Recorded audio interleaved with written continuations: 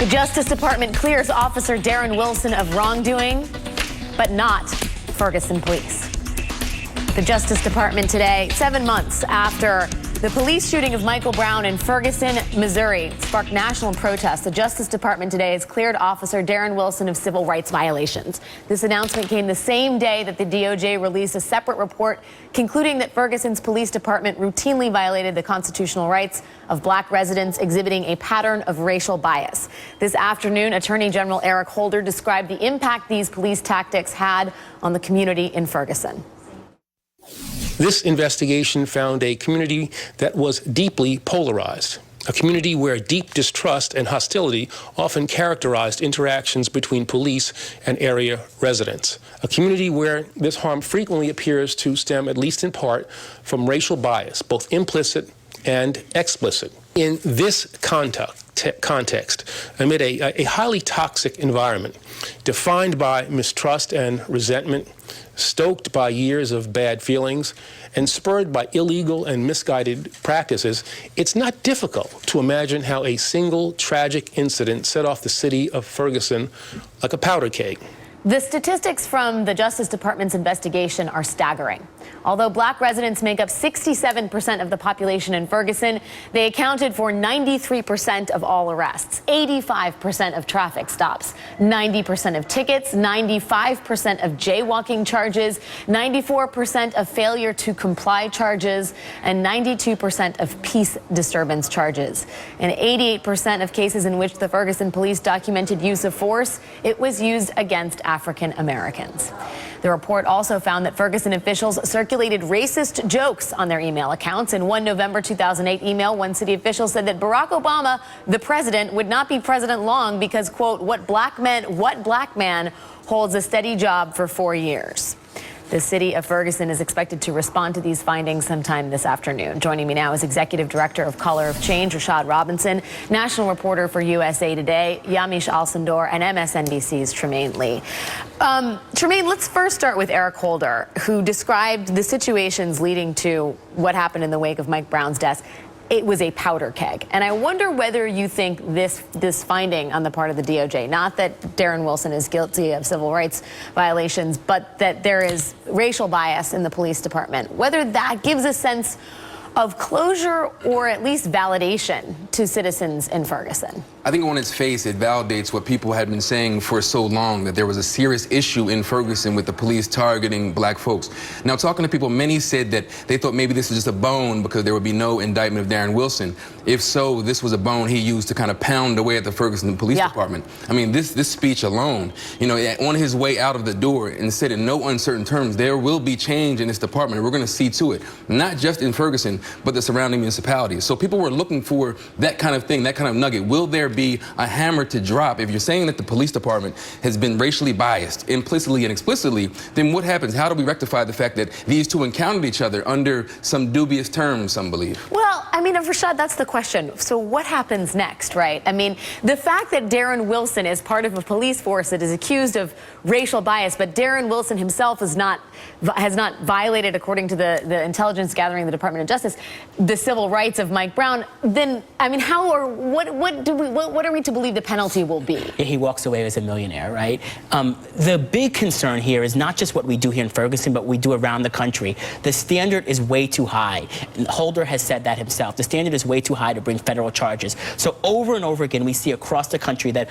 local law enforcement, when they're charged with investigating themselves, when they are charged with looking into their own failures, don't do it. And we can't rely on the federal government because of the way the rules are set. You know, when I testified a couple of weeks ago at the President's Commission on police reform, one of the things that we held up from our Color of Change members is how do we start getting some real mechanisms for enforcement? Because we can't have this moment in all the police departments around the country. This is great, but there are Fergusons all across America, and how do we deal with those departments as well? Well, I mean, right, that's the question. And we know that the Ferguson PD is going to respond in a couple of hours, Yamiche. The mayor of Ferguson has not been particularly embracing of the early reports of what was going to be in the DOJ's conclusions.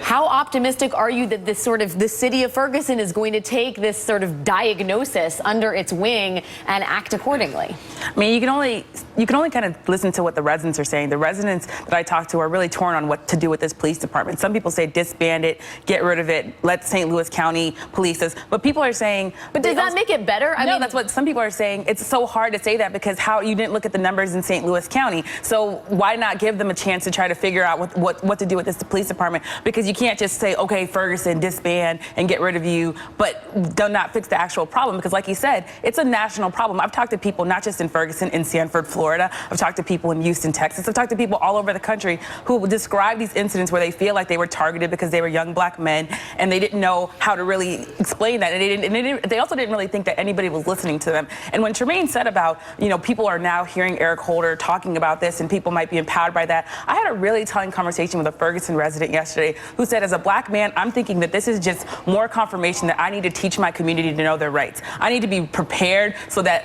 however long this takes for them to fix, that our reaction is everything. That's what he said to me. And I think that also is resonating around Ferguson. I will say, independent of African Americans who were targeted in Ferguson, this is a wake-up call to everybody in America. When you read the statistics that the people that are disproportionately targeted, overwhelmingly, the statistics, 14 canine bites that happened by the Ferguson police sticking canine dogs on civilians were all the ones that are accounted for. Those dogs were sicked on black people? I mean, this conjures up images of the 1960s. This conjures up images of the turn of the century. This is not the America people think that we are living in.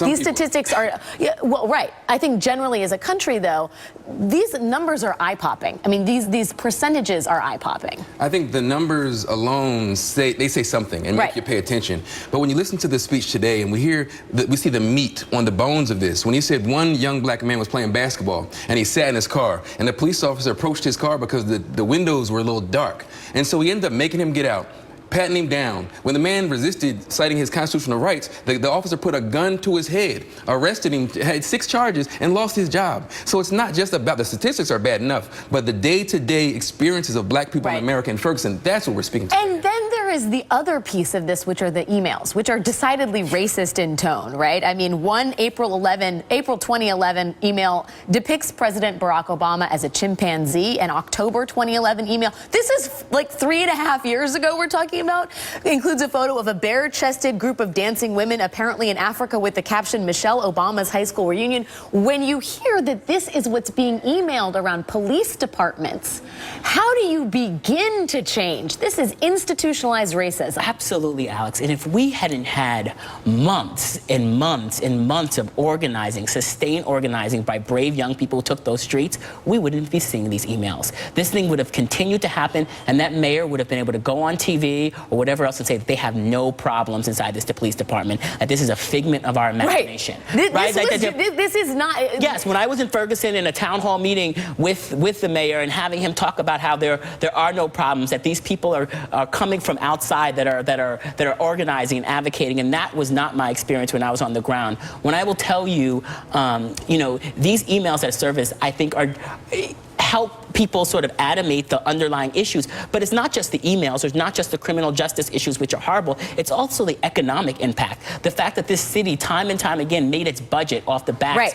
of poor people, of tickets after tickets, of fines after fines. Eric Holder was absolutely right. It is no wonder that this became a powder keg. And all of us in this country have to be thankful to those brave young people in Ferguson who made it a powder keg, because as a result, we're having a national conversation right now that we sorely and barely needed. Well, I don't know that they're making it a power keg so much as they're sort of setting alight what is already there. To that point, Yamiche, the revenue stream. In 2013, Ferguson collected $2.6 million in court fines and fees. It was the city's second biggest source of income. It is a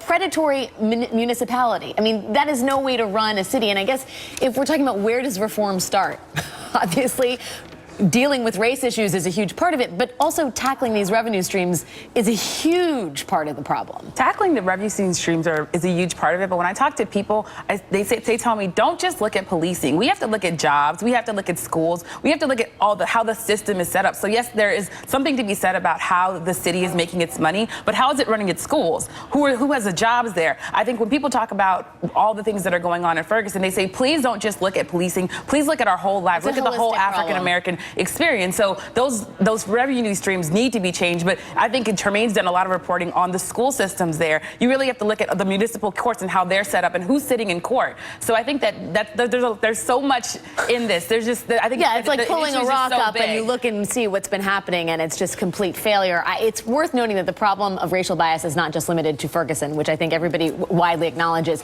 In Washington state this week, a Republican state senator is under fire for saying colored people are more likely to commit crimes, a problem he appears to have made worse when he said this to a local reporter. Originally, it said people of color in my first statement. The second time, I left out people of and just said colored, and that was my mistake.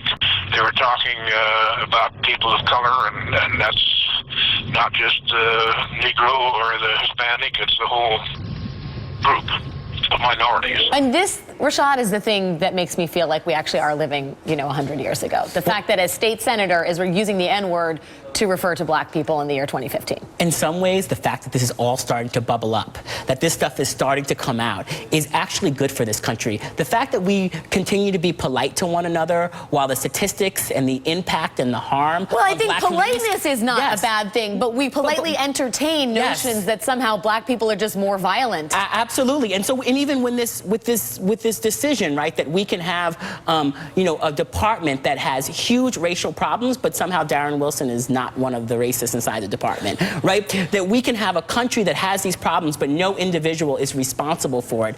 And so to the extent that as we enter these conversations, as we start ripping apart the Band-Aids and start having the real conversations, the data comes out on these departments, we start to force ourselves to look deeply. Hopefully at that point, this type of transparency leads to the change. And that's the work that organizers on the ground, my organization, the young people across the country that have been raising their voices, that's what people are demanding and need. And let me say, old people, young people, black people, Asian people, Hispanic people, this is an American problem. Absolutely. Quite obviously. It cannot be allowed to continue. Rashad Robinson, Yamiche Alcindor, and Trymaine Lee, thank you guys all for your time.